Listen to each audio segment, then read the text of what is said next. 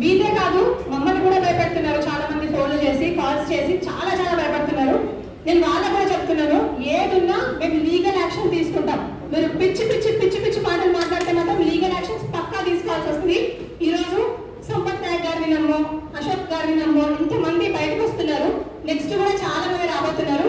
And నేను ఇక్కడ ఒక్కటే ఒక స్టేట్మెంట్ ఇద్దాం అనుకుంటున్నాను.